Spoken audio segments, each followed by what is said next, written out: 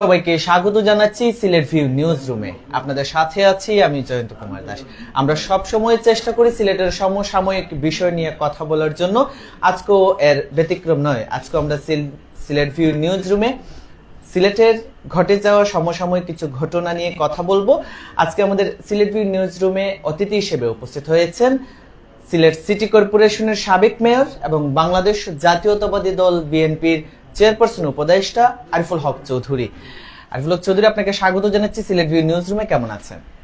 আসসালামু আলাইকুম। আমি এবং আমার শ্রোতাদেরকে আমার ব্যক্তিগত পক্ষ থেকে শুভেচ্ছা, শারদীয় শুভেচ্ছা এবং আসসালামু আলাইকুম। ধন্যবাদ আপনাকে আমাদের সময় দেওয়ার জন্য। সিলেটে এই মুহূর্তে একেবারে টক অফ দ্য টাউন যদি বলি, এবং খুবই গুরুত্বপূর্ণ যে বিষয়টা, সামাজিক যোগাযোগ মাধ্যম থেকে শুরু করে চায়ের দোকানের আড্ডা থেকে শুরু করে রাজপথ, সব জায়গায় একই টপিকস, ব্যাটারি চালিত অটোরিকশা নিয়ে বেশ দ্বন্দ্ব চলছে। প্রশাসন থেকে শুরু করে প্রশাসন ইতিমধ্যে 22 তারিখ, 23 তারিখ, 24 তারিখ অভিযানও দিয়েছে অটোরিকশা বন্ধের দাবিতে। আপনার সাথে রাজনীতিবিদ থেকে শুরু করে প্রশাসনিক কর্মকর্তা থেকে শুরু করে সাধারণ নাগরিক, বিভিন্ন পেশাজীবীর মানুষের সাথে কয়েক দফা বৈঠক হয়েছে। শেষ পর্যন্ত প্রশাসন অভিযানে নেমেছে ব্যাটারি চালিত অটোরিকশা বন্ধের জন্য।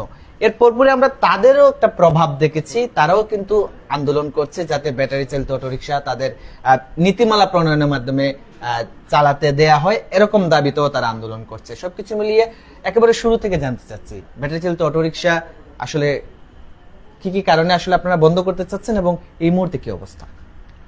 হ্যাঁ, ধন্যবাদ আপনাকে। একটা অত্যন্ত জনগুরুত্বপূর্ণ একটা বিষয় নিয়ে গত কয়েকদিন যাবৎ সিলেট প্রত্যেকটি কর্নারে নিয়ে আলাপ আলোচনা চলছে, এটা সত্য। তো বিগত দিনেও এটা নিয়ে কিন্তু আমি যখন মেয়র ছিলাম সেই সময়ে কিন্তু আমরা মানে এই টমটম এবং ব্যাটারি চালিত রিক্সা আমরা বন্ধ করতে চেষ্টা করেছি, এবং সেই সময় যদি আমি ভুল না করে থাকি, আপনারা সরকারের আপনাদের মিডিয়ার মাধ্যমে শহরে কিন্তু ব্যাটারি চালিত রিক্সা আমরা ব্যাটারি খুলে রিক্সা ফেরত দিয়ে দিতাম।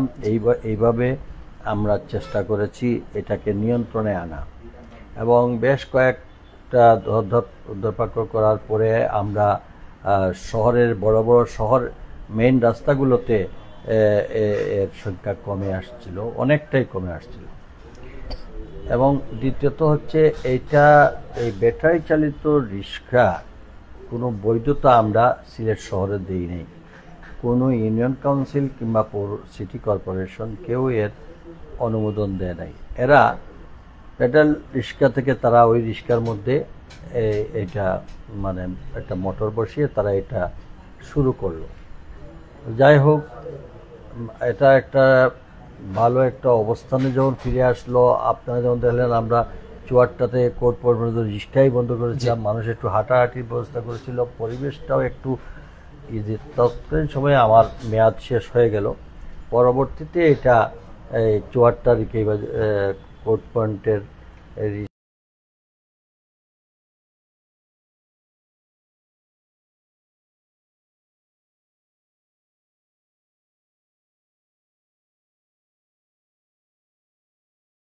সমস্ত শহর একটা যানজটের শহর, একটা দুর্ঘটনার শহরে পরিণত হলো। সবচেয়ে বড় জিনিস হলো, আপনারা যদি খোঁজ করে দেখেন যে এই ব্যাটারি চালিত রিক্সায় এক্সাম্পল দিয়ে দিতে পারি, কাজীটুলায় এক ভদ্রলোক এই অ্যাক্সিডেন্টে করে পড়ে হেড ইঞ্জুরি হওয়ার পরে সে মারা গেল। প্রতিদিন Osmani medical college, Ragib Rabeya medical college, north east, আপনার ওমেন্স, অন্যান্য মেডিকেল কলেজ হসপিটালে প্রতিনিয়ত আমরা এই দুর্ঘটনার শিকার। কারণ এটা স্বাভাবিক, ব্যাটারি চালিত রিক্সার নিয়ন্ত্রণ কিন্তু ওই জোর মধ্যে এরা সেভাবে ট্রেন আপ না, আর সেটা নিয়ন্ত্রণ রাখতে হয়। তারা কারের সঙ্গে কম্পিটিশন চলে যায়, তারা গতিটা বেশি থাকে। এরপরে কোনো কোনো ক্ষেত্রে তারা এটা ইউনিক্যালি পা একদম হ্যান্ডেলের উপর রেখে যে মানে নিয়ন্ত্রণহীন অবস্থা। এই অবস্থা আসলে পরবর্তীতে আমরা থামানোর পরে আবার চলে আসার পিছনে এটার একটা কারণ আছে। কারণ হলো সুনামগঞ্জে আগে যেটা যারা কৃষি কাজ করত, আজকে দেখুন সুনামগঞ্জের জমিনে হল খালি রয়েছে, কৃষি কাজ করার লোক মিলতেছে না। আমরা এখান থেকে এরা এসে এই মানে অল্প সময়ে বেশি টাকা উপার্জন করার লক্ষ্যে এরা এই কাজগুলো করতেছে। এবং প্রত্যেকটি এলাকায় এই যে ওয়ার্কশপগুলো হয়েছে, এই ওয়ার্কশপের মধ্যে মিটার লাগানো হচ্ছে। এই মিটারে একসঙ্গে রাত্রে অনেকগুলো গাড়ির ব্যাটারি চার্জ করা হয় এই রিক্সা। এতে করে আমাদের বিদ্যুৎ একটা বিরাট ঘাটতি। আপনারা দেখেন সিলেটে এখন প্রায় ঘন্টা 6 লোডশেডিং হচ্ছে। নানাবিধ সমস্যার মধ্যে দিয়ে বর্তমান জেলা প্রশাসক এবং পুলিশ কমিশনার, জেলা প্রশাসক একদিকে যেমন এইসব অবৈধভাবে যেগুলা আছে সেগুলার উনি কঠোর মনোভাব নিয়েছেন, ঠিক পাশাপাশি পুলিশ কমিশনার, বর্তমান পুলিশ কমিশনার উনি দায়িত্ব নেওয়ার পর থেকে যেটা এই নগরবাসী, প্রবাসী নগরবাসী থেকে শুরু করে প্রত্যেকের যে মনের ইচ্ছা বা যেটা নিয়ে মানুষ ডিমান্ড করছিল, আমরা বিভিন্ন সময় প্রশাসনের সাহায্য চেয়েছিলাম। আমি যখন মেয়র ছিলাম সেই তৎকালীন সময়ে যখন আমরা নিজেরা আমাদের পাবলিক নিয়ে আমরা ধরেছি, কাউন্সিলর সহ আমরা ব্যবস্থা নিয়েছিলাম, কিন্তু সেই সময় কিন্তু আমরা পুলিশ প্রশাসনের সহযোগিতা পাই নাই। ইভেন আমরা দেখি যে উল্টো পুলিশের কয়েকজন অফিসারের বা তাদেরও দেখা যায় এই রিক্সা কিংবা এই তাদেরও জড়িত থাকার খবর আছে।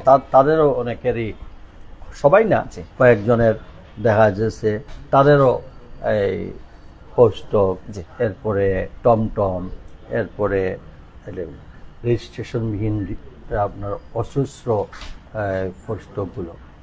তো এইগুলোকে নিয়ন্ত্রণে আনার জন্য বর্তমান পুলিশ কমিশনার এসেই ঘোষণা দিয়েছেন সবাই স্টেক হোল্ডার সবার সঙ্গে আলোচনা করে যে আমি এই শহরকে নিরাপদ শহর করতে চাই। আমি আপনাদের সাথে আলোচনার ভিত্তিতে আমি এই শহরে ব্যাটারি চালিত রিক্সা এবং অবৈধ যত পোস্টক থাকুক এগুলাকে আমি নিয়ন্ত্রণ করতে চাই, যাতে করে মানুষ তাদের স্বাভাবিক জীবন অবস্থা ফিরে পেতে পারে। এটাতে উনি প্রায় 2-3 বারই মিটিং করেছেন। সকল রাজনৈতিক দলের নেতৃবৃন্দ সেখানে গিয়ে সবাই একই অপিনিয়ন দিয়েছেন। সামাজিক সংগঠনের নেতৃবৃন্দরা দিয়েছেন, আমাদের মিডিয়ার জেলা press club, Sylhet press club, online press club, আপনার ইমজা, ইনারাও নেতৃবৃন্দরা গিয়ে বলতে হয়েছে। সমাজের বিভিন্ন ইমাম, জাতীয় ইমাম,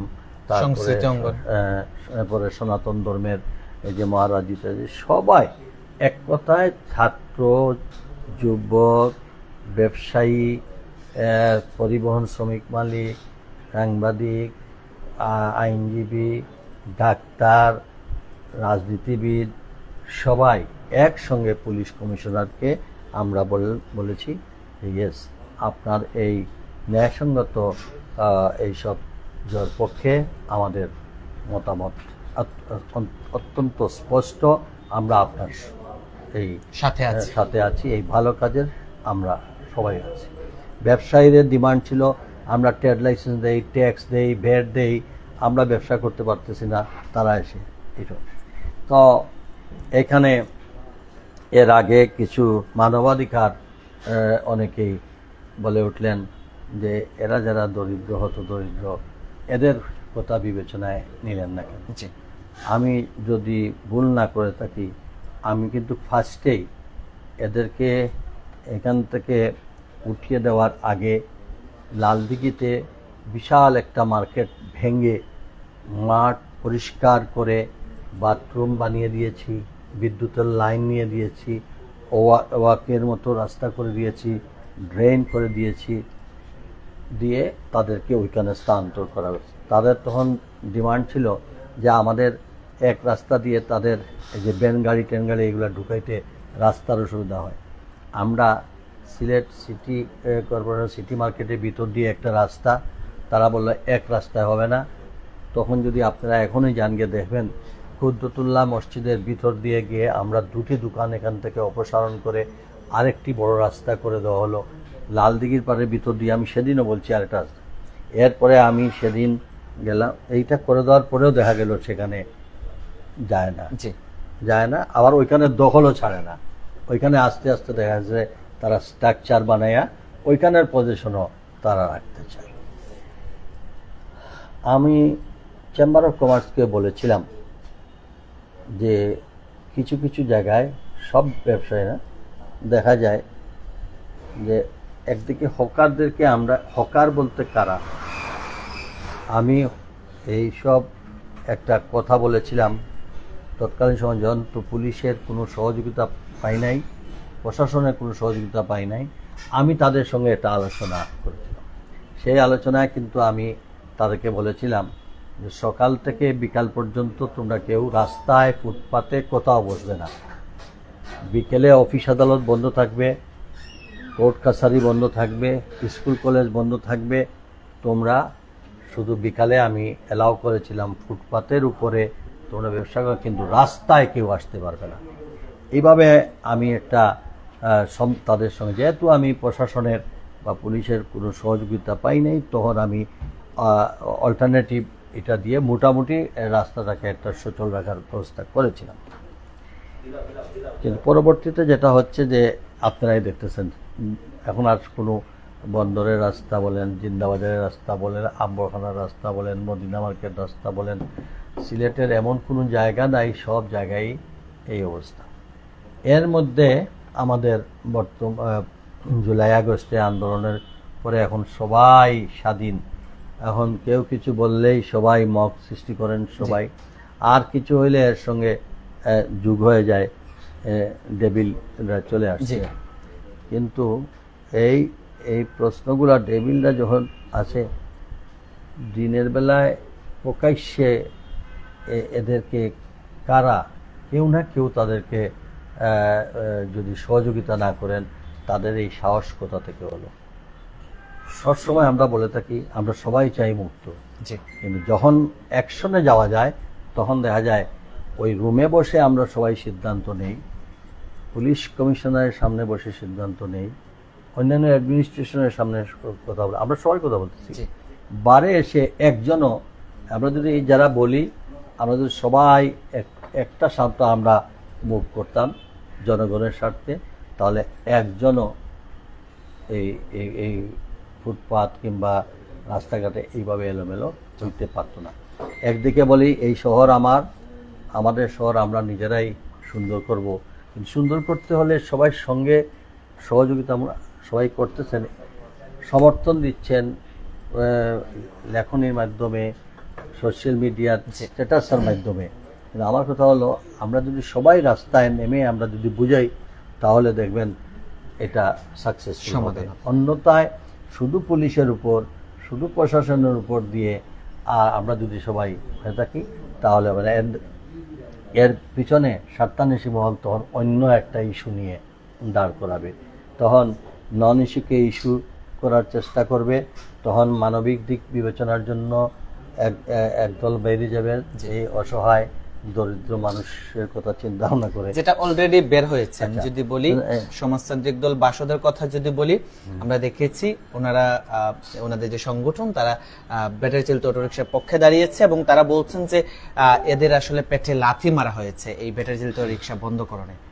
ওনাদের তো আসলে এই যারা এরা আগেও আমার সময় বলেছেন, আপনারা জানেন সিটি কর্পোরেশনে আক্রমণ করেছিলেন, পুলিশের বক্সে আক্রমণ করেছিলেন, তারপরে মামলা হয়েছিল, মামলা হওয়ার পরে তারা এসে আবার মুসলেখা দিয়ে আমরা এটা করবো না। কিন্তু এই সস্তা জনপ্রিয়তা ঠিক না। আসুন না আমরা যদি বলে থাকি আমাদের ব্যাটারি চালিত রিক্সা, এরা ব্যাটারি খুলে ফেলেন, ব্যাটারি খুলে ফেলেন, আপনাকে কেউ না করতেছে না, আপনার পেডাল রিক্সায় চলে আসেন। আমরা তো পেডাল রিক্সা বন্ধ করার কথা বলি নাই, তার নিয়মের ভিতরে চলে আসেন। আপনার কালকে আপনি এতদিন পেডালে আসছেন, যদি পেডাল রিক্সা চালান কারো আপত্তি নাই। আমরা তো বলছি ব্যাটারি চালিত রিক্সা। জি। টমটম আমরা বন্ধ করে দিলাম, কিন্তু উইদাউট রেজিস্ট্রেশন টমটম কি করে চলে? এই যে দাদা ফিরাম কামেন এখানে দোকানগুলো আছে, এদের তো আমরা ট্রেড লাইসেন্স দেই নাই, কি করে তারা এখানে শোরুমে এটা বিক্রি করতে পারে? তা আসলে আমরা যদি সত্যিকার করতে চাই তাহলে সবাই সম্মিলিতভাবে এটার পক্ষে কথা বলতে হবে। এবং যেমন আমার যারা দরদি এসে বলছিলেন যে এরা আমি বলবো কালকে থেকে ব্যাটারি খুলে ফেলেন, খুলে পেডাল রিক্সা নিয়ে রাস্তায় আসেন, কেউ বাধা দিবে না। কেউ বাধা দিবে না, তাহলে তো আপনার কর্মসংস্থানের অসুবিধা নাই। জি। দ্বিতীয়ত আসেন ফোর স্টক, আপনাদের রেজিস্ট্রেশন নাই, রেজিস্ট্রেশন যদি গভর্নমেন্ট দিয়ে দেয়, বিআরটিআর দিয়ে দেয়, আপনি আসেন, রুট আপনাদের আছে, আপনাকে বলা হয়েছে আপনি কোন রুট থেকে কোন রুটে যাবেন, আপনি সেই রুটেই ফলো করেন। জি। আপনাকে জনতা থেকে বলা হলো দুপাদিঘিপাড় পর্যন্ত আপনি আসবেন, এসে আবার ব্যাক করে আপনি জনতায় চলে যাবেন। আপনি ওইখানে না গিয়ে আপনি এখন বন্দর, জিন্দাবাজার, জেল রোড, কালীঘাট আসেন, এটা তো আপনাকে দেওয়া হয় নাই, তো কেন আসেন? তো এইভাবে এই জন্য পরিবহন সেক্টরের মালিক শ্রমিক তারা বলছেন ইয়েস আমরা এগুলা বন্ধ হোক, আমরা আপনাদের সঙ্গে সহযোগিতা করব। লাইসেন্স ছাড়া গাড়িতে উঠে যায়, দুর্ঘটনায় পড়া গেলে তখন বলে কর্তৃপক্ষ দায়ী। এখন আপনি যদি লাইসেন্স না নিয়ে গাড়িতে চলেন তাহলে অবৈধ। তার উপরে অ্যাকশনে গেলে কে অ্যাকশনে যাবে? হয় বিআরটিএ যাবে।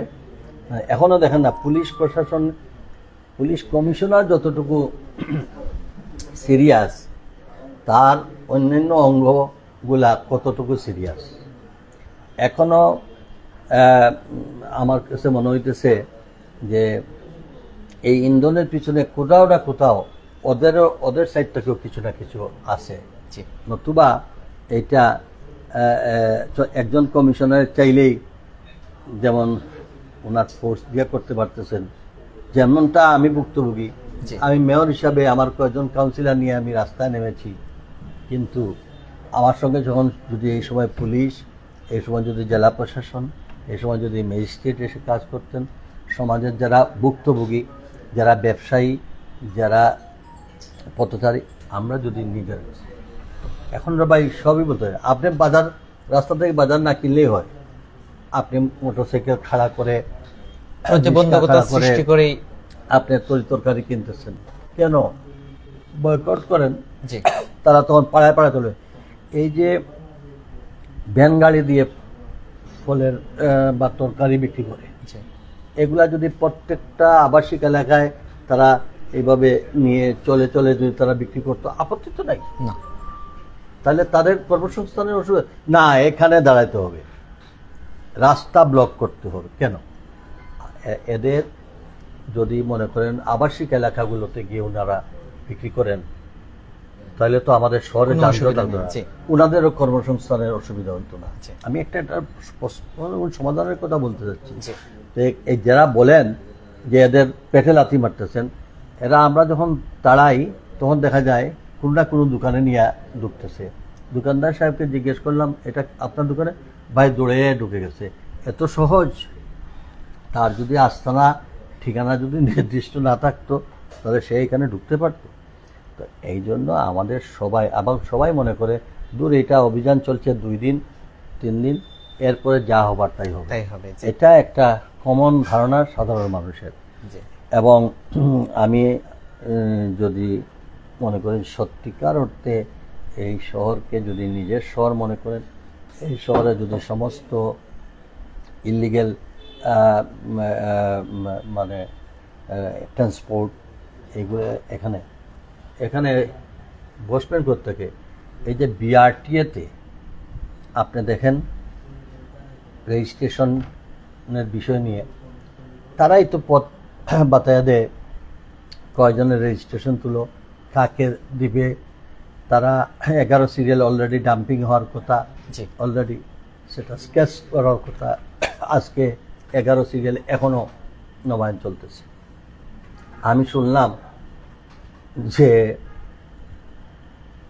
এখানে বিআরটিতে একজন আসছেন সাম কাদির বলে, তিনি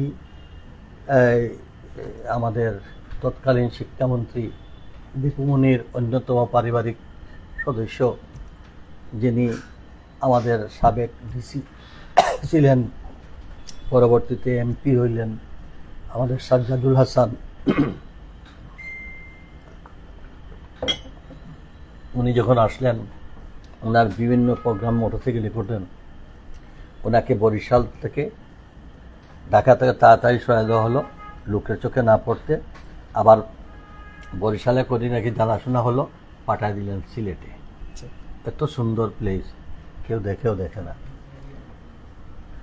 নির্বাচনে 18 সালের সাধারণ নির্বাচনে যারা স্টেট অ্যাটর্নি রিটার্নিং অফিসার, তারাও বহাল তবিয়তে আছে সিলেট। তো এই এত সব জিনিস রেখে আপনি কাজ করা খুবই কঠিন। এবং এর মধ্যে আমাদের আসলে আমাদের ওই যে সাইফুর রহমান সাহেব একটা কথা বলছিল না, somebody for Awami League, somebody for BNP, nobody for Bangladesh, একটা উক্তি আছে ওনার, একটা উক্তি ছিল। তা আমারও মনে হইতেছে আমরা যখন নির্বাচন আসে, যখন আমাদের সামনে আমাদেরকে জনগণের জন্য জাহিরি যাই আমরা এই করব, কিন্তু যখন জনগণ সচেতন থাকে, জনগণের আন্দোলনের কিন্তু ততক্ষণ সক্রিয় থাকে না। একেবারে আপনার কথার সাথে একেবারে সম্পর্ক একটা প্রশ্ন করতে চাই। গতকাল আমরা দেখেছি এসএমপির যে নবাগত কমিশনার আব্দুল কুদ্দুস পিপিএম, উনি সকল পেশাজীবী মানুষদের নিয়ে বসেছিলেন এবং বেশ কিছু সিদ্ধান্ত আসছে, এবং ওই দিনই আপনি বিকালে ঘোষণা দিয়েছেন আজকে আপনি 11টায় একটি গণপদযাত্রা করবেন, এবং সেটি হয়েছে। আমি ঘোষণা দেই নাই, এটা আমি একটা প্রস্তাব দিয়েছিলাম যে আমরা এখানে যারা বসছি, আমরা কি সবাই অ্যাওয়ারনেসের জন্য, জনগণকে উদ্বুদ্ধ করার জন্য আমরা যদি সবাই নামি, তাহলে তো এই মেসেজটা সবার কাছে যাবে এবং সুন্দরবন। তখন সমস্যরে সবাই এই প্রস্তাবটা অ্যাকসেপ্ট করেছিলেন এবং সবাই সর্বসম্মতির সিদ্ধান্ত অনুযায়ী আজকের এই প্রোগ্রাম চলছে।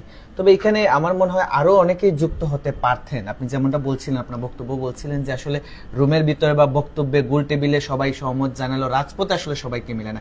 এখানে তো আরো অন্যান্য বিভিন্ন রাজনৈতিক দলের নেতৃবৃন্দ আছে, তারাও আসলে এখানে আসতে পারতেন, বা আরো বিভিন্ন পেশাজীবী মানুষ আসতে পারতেন। আপনি কি মনে করছেন?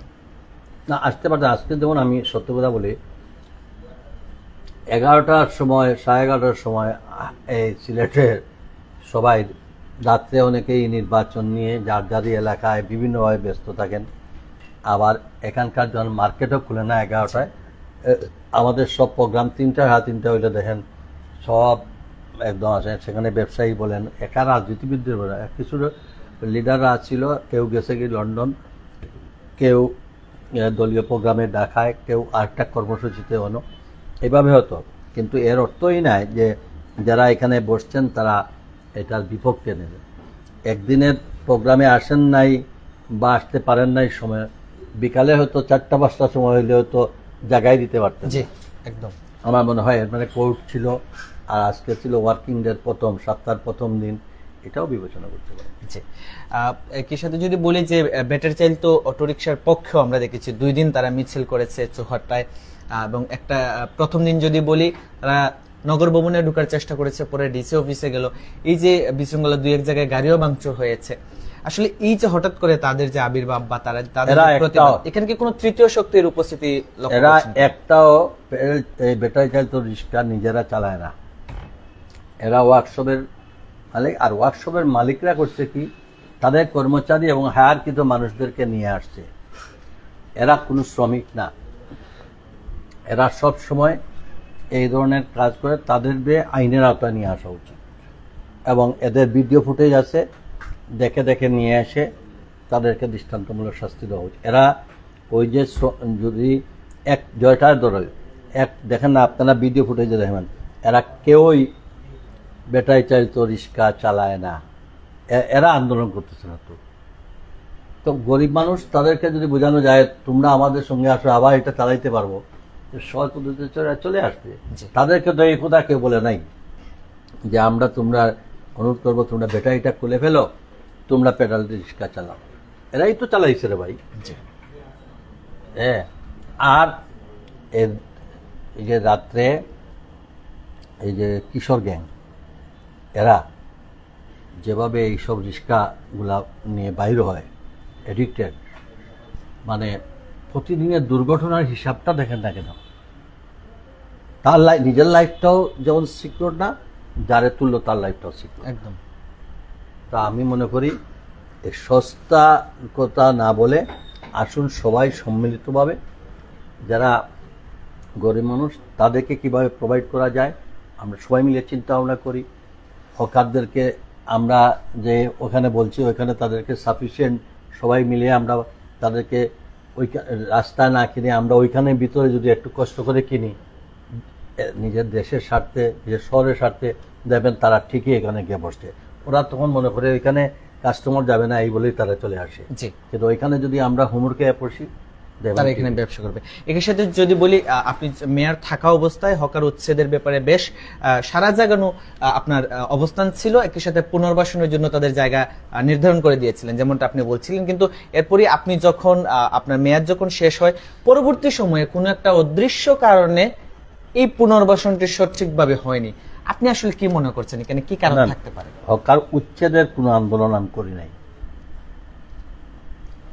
প্রস্থান যেখানে আছে ওইখান থেকে অন্য জায়গায় নির্দিষ্ট জায়গায়। আমি এও বলেছি সবাই যদি আলোচনা ভিত্তিতে ওয়ার্ল্ডের সব জায়গায় আছে বড় বড় রাস্তা সপ্তাহে 2 দিন যদি মতো রাখে তাদের জন্য খুলে দেন, সবাই করুক সপ্তাহে 2 দিন, তাইলে তো হয়।